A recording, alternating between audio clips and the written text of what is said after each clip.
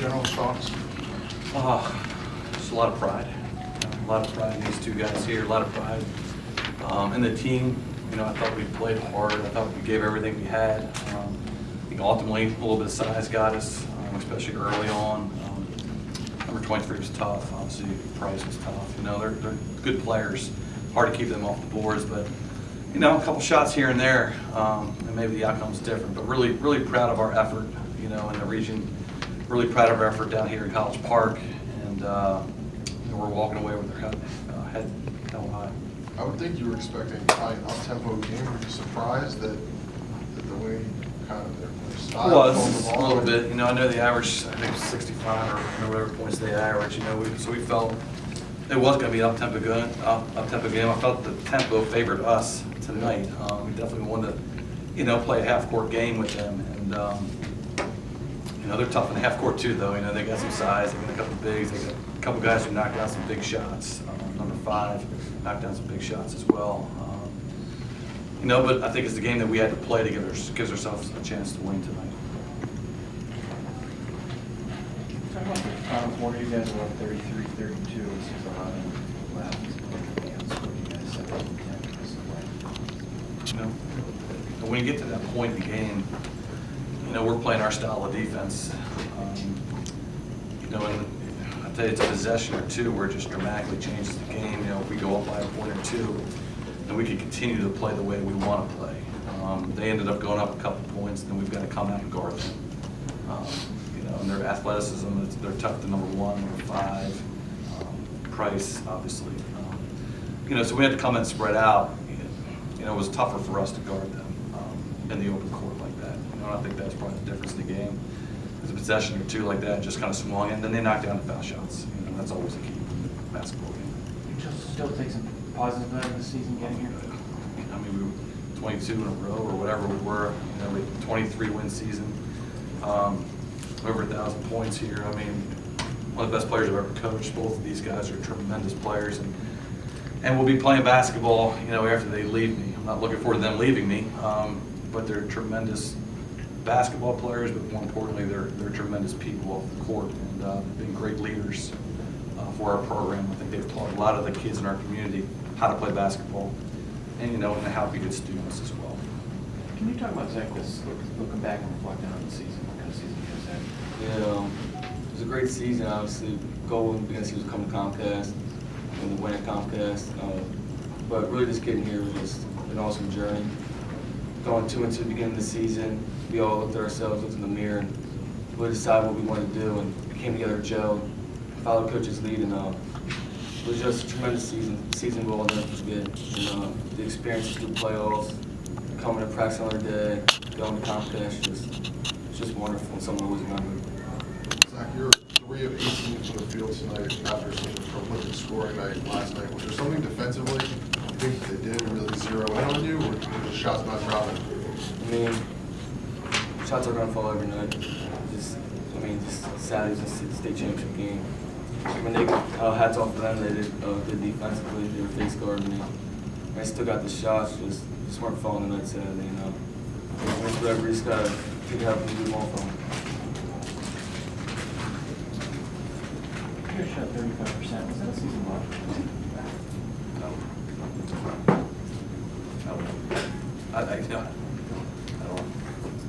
I thought we got shots. We knocked them down. They're good defensively. Like, they're long. And there's a reason they're here.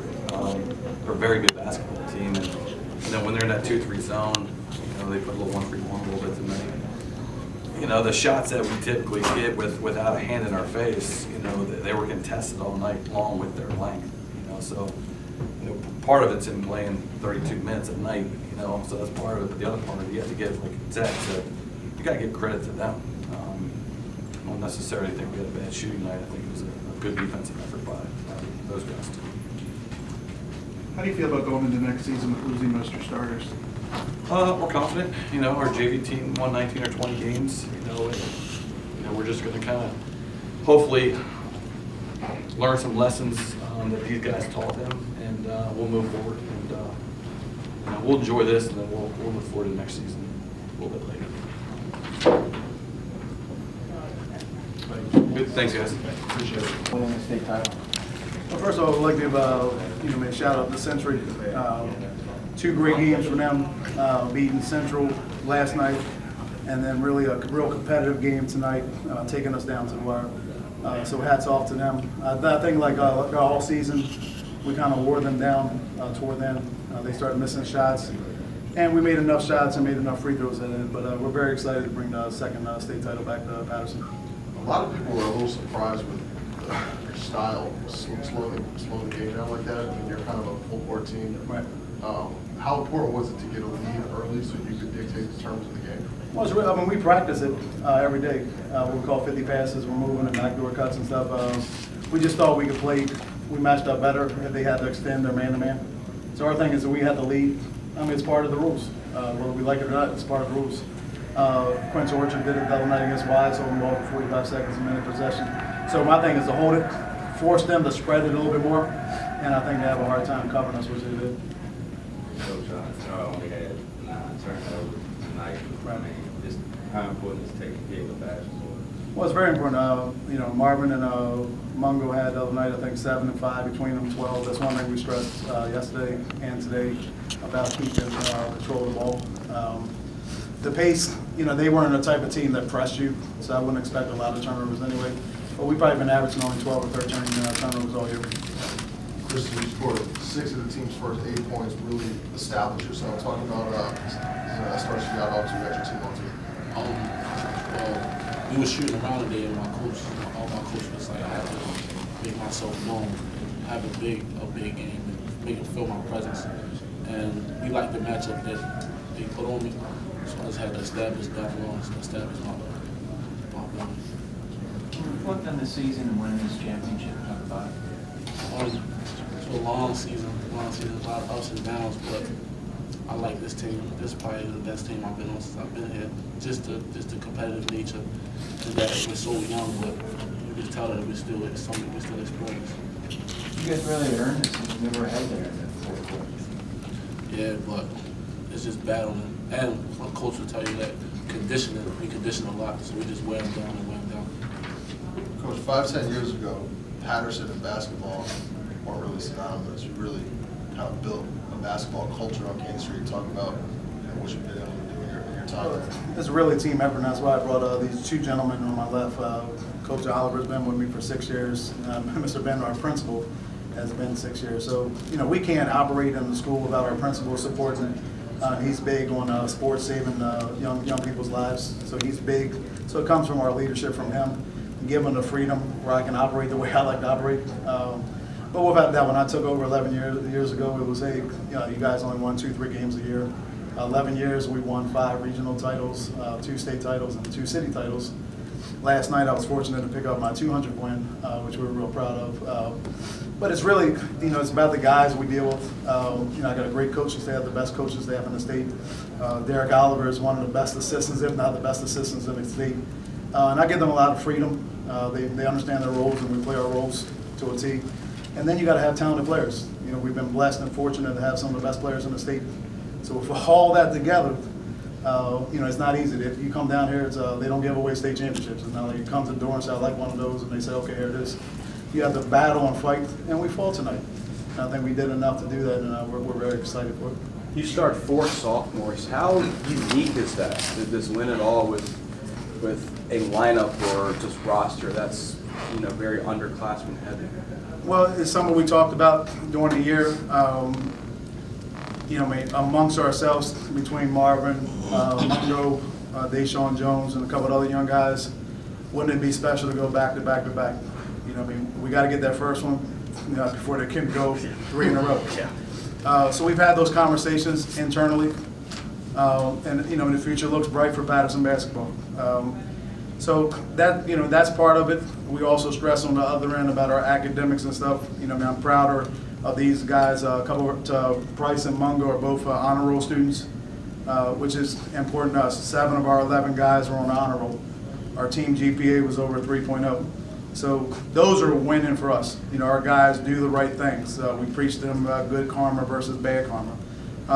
So all of that built in, without a doubt. We got young guys.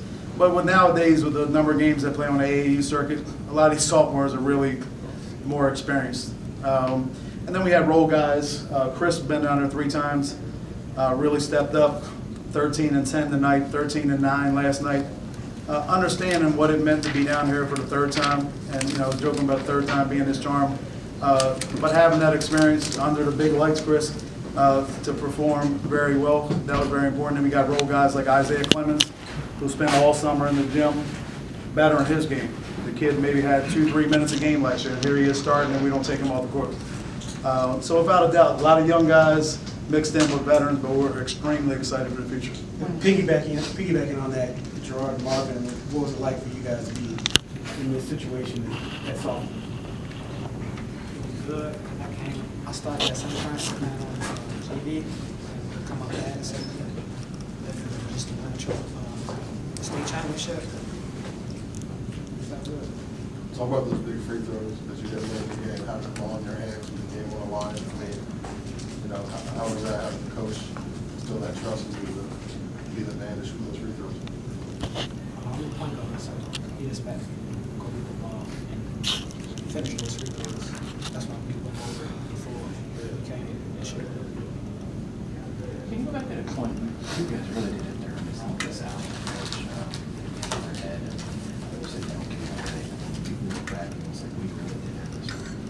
Well, before the game, we talked about trying to get the tempo up and down.